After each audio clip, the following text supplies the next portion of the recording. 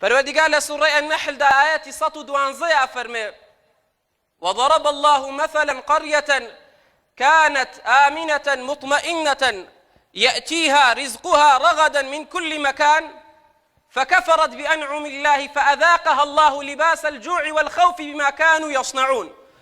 رب العالمين أفرمي پەروەردیگار نمونەیەکە هێنێتەوە لە باسی ئاوەدانیەک کە زۆرینەی زانایان ئەفەرمون مەکەی مکەڕەمەیە. پەروەردیگار باسی مەکەمان بۆکە ئەفەرمێ مەملەکەتێک و ئاوەدانیەک و شوێنێک و نیشتەجێبوونێک بوو لە هەموو لایەکەوە لە هەموو شوێنێکەوە لە هەر چوار لایەوە ڕزق و ڕۆزی و کار و کەسابەت ڕووی لەم شارە و لەم ئاوەدانیە و لەم مەملەکەتەیە ئەکرد. زانایان ئەفەرمون خەڵکی بەروبووم و میوەجاتی خۆیان ئەهێنا بۆ نێو مەکە چکە ئاوەدانیەکی زۆری لێبوو بۆ ئەوەی بیفرۆشن و ساغی بکەنەوە و هەمیش پەرستشی ڕەب العالەمین لە مەکەیە ئەنجام دەن و مەسرەفات بکەن و شت بفرۆشن و شت بکڕن بۆیە لە هەموو لایەکەوە کڕین و فرۆشن ڕووی لە مەکە ئەکرد. ڕەب العالەمین کاتێ باس ئەکا ئەفەرمێ پەروەردیگار دووشی پێدا بوون بە مەکە. یەکەم ئەمن و ئەمان و سەقامگیری وەکو وڵات و وەکو شار و وەکو مەملەکەت. دووهەم خۆشگوزەرانی پێدا بوون. لە خۆشگوزەرانیە ئەژیان خۆشگوزەرانیەکەش بە ئەوە بوو لە هەموو لایەکەوە ڕزق و ڕۆزی و کار و کەسابەت و بازرگانی و کاروان ئەهات بۆ نێو ئەم شارە بۆ نێو ئەم بازاڕەیە.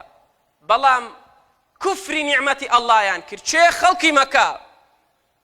خەڵکی مەکە کاتێ پێنەزان بوون سپڵە بوون بێنمەک بوون بەرامبەر بە نیعمەتی ڕەب العالەمین کە ئەمن و ئەمان و سەقامگیری و هاتنی ئەم هەموو ڕزق و ڕۆزێ و بۆ نێو شار ڕەب العالەمین ئەفەرمێ پەروەردیگار بەرگ و پۆشاکی برسیەتی و ترس و لەرزی بەبەراکردن و پێیانی چەشت.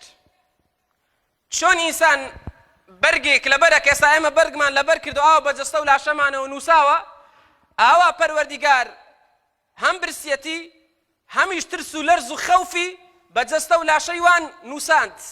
زانایان ئەفەرمون چۆن ئینسان بەرگی کە لەبەر ئەکا ئەو بەرگەی کە لەبەریاتی پێیوە دیارە ئەو خەڵکە ئاوا وەکو بڵێ پۆشاک و بەرگی برسیەتی و ترسیەتیان لەبەر کرد بێ ئاوا بە ڕوخسار و بەدەموچاویانەوە دیار بوو.